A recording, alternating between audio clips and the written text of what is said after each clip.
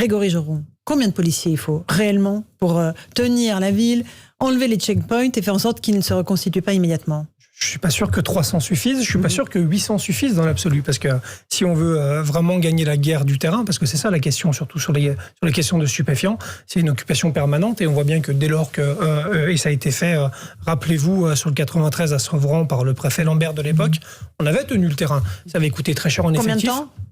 3 mois, 4 mois, et après finalement on s'aperçoit qu'on n'a pas de ressources, que ça coûte très cher parce que ça fait faire forcément des heures supplémentaires aux fonctionnaires, aux compagnies de CRS engagées. Il y a combien de millions d'heures supplémentaires non payées pour la police aujourd'hui ? Pour l'instant encore une vingtaine qui ne sont pas réglées, une vingtaine de millions. De millions, hein, oui, bien sûr. De millions, pas une vingtaine d'heures, une vingtaine de millions.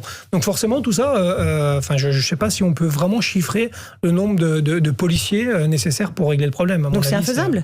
C'est ce que vous nous dites ce soir ? Je dis pas que c'est infaisable, je dis qu'en tout cas la réponse elle peut pas être que policière, ça a été dit il me semble régulièrement, et si on regarde ça que par le prisme policier on fait une erreur. Il y a forcément aussi, ça a été dit, une question d'éducation, mais au-delà de ça, si on y va parce qu'on n'a pas de baguette magique, si on doit répondre instantanément aux besoins de sécurité des Marseillais, ça passe de toute façon par des messages qui sont politiques, et il faut que ça soit ressenti sur le terrain, donc il faut des effectifs, il faut de l'occupation de terrain, mais il faut aussi une réponse qui soit judiciaire, et c'est là aussi que voilà, qu'il y a un vrai enjeu. Georges Fenech, ancien magistrat. Policier, syndicat de police SGP. Moi, votre discours me choque pas, je crois beaucoup en fait à la coordination. On parle de continuum de sécurité, c'est le terme à la mode, je pense qu'en effet, toute la clé vient de la coordination de ces forces-là, et de leur engagement, et de leur répartition, je suis assez d'accord.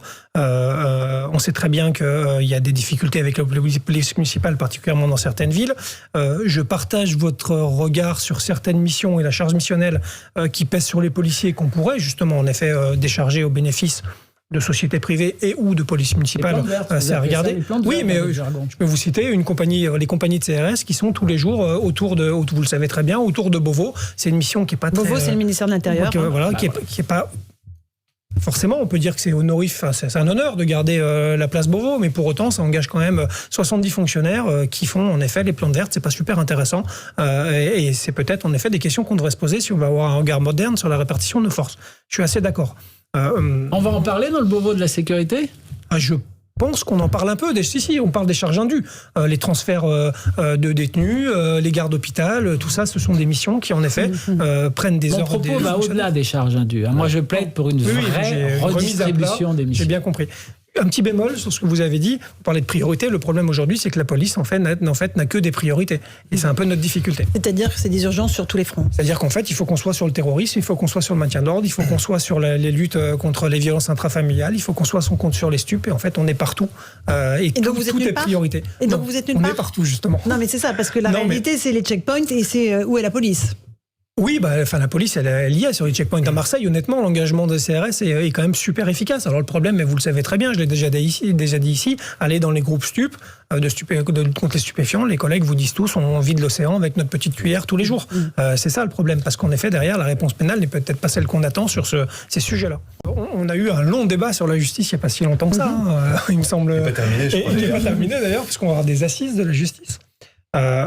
Moi j'entends et je suis assez d'accord sur la réponse pénale forte. Après il y a ces principes de réalité qui existent aujourd'hui en France. Déjà on n'est pas malheureusement aux États-Unis, ou heureusement je sais pas. On a quand même une justice qui est indépendante, c'est le premier point. Une politique pénale qui à mon sens depuis 20 ans prend le mauvais chemin, mais comme l'a dit M. Stéphanie, vous êtes bien meilleur spécialiste que moi en la matière.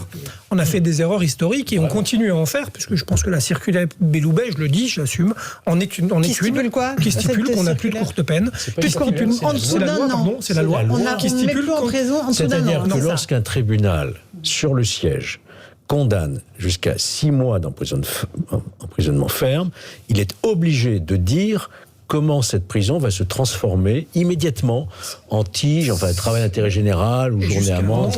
C'est une hérésie en fait. Voilà. On est quand même le seul pays où on prononce des peines que de toute façon les gens ne feront jamais. Donc en fait elles perdent toute leur valeur quasiment immédiatement, elles sont démonétisées, ou en tout cas il n'y a aucune pédagogie dans les sanctions pénales qu'on prend. C'est le premier truc à régler, sauf qu'il faut déjà changer la loi pour le régler. Donc il faut une vraie volonté politique. Que les policiers interpellent, ça sera fait.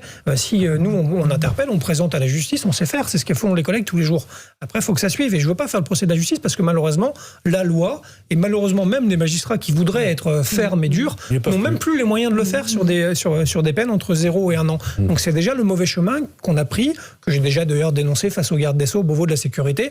Je pense qu'on s'est quand même trompé. Est-ce que c'est pas le moment de revenir en arrière ? Est-ce que Marseille ne sera pas justement la possibilité de le faire ? Grégory Joron. Juste un contre-exemple, on est pleinement dans la réalité de ce que vous dites. Je partage aussi votre vision.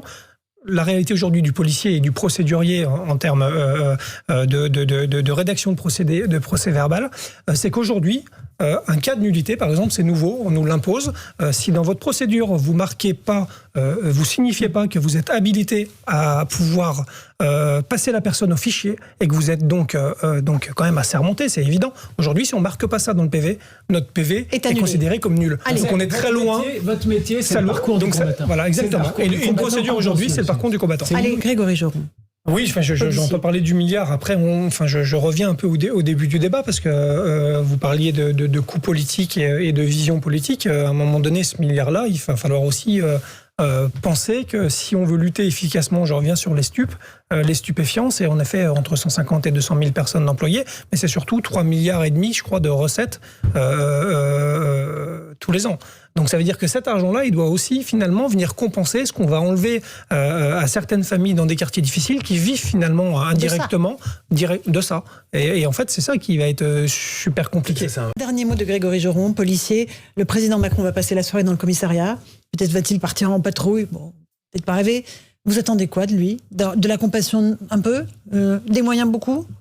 Oui, de la compassion, non, on n'en entend pas vraiment. Enfin, voilà, il a eu des mots forts quelquefois pour les policiers, des mots qui nous ont pas toujours rendu service aussi. Il n'y a pas si longtemps que ça. Je rappelle que Beauvau de la sécurité est né d'une crise, d'ailleurs d'une crise sur les contrôles aux faciès. Donc il va peut-être falloir qu'il explique à mes collègues comment ils font quand on leur demande de tourner 8 heures par jour dans des quartiers ghettoisés, qu'on leur demande de revenir justement avec des chiffres de contrôle, comment ils font pour contrôler d'autres personnes qui seraient issues qui ne seraient pas issues d'immigration, par exemple. Ça serait un vrai sujet où en effet, oui, la violence policière, il l'a dit aussi, mais bon, non, mais on attend forcément des moyens. Le Beauvau de la sécurité, il va sûrement prendre la parole dans 15 jours d'ailleurs pour le clôturer. On attend forcément des annonces fortes, même s'il y a des choses de fait, il faut pas le nier en termes de matériel. On attend surtout de la reconnaissance. Je pense que c'est peut-être le moment. Retrouvez toute notre actualité sur videopolice.com, la chaîne YouTube d'Unité SGP Police.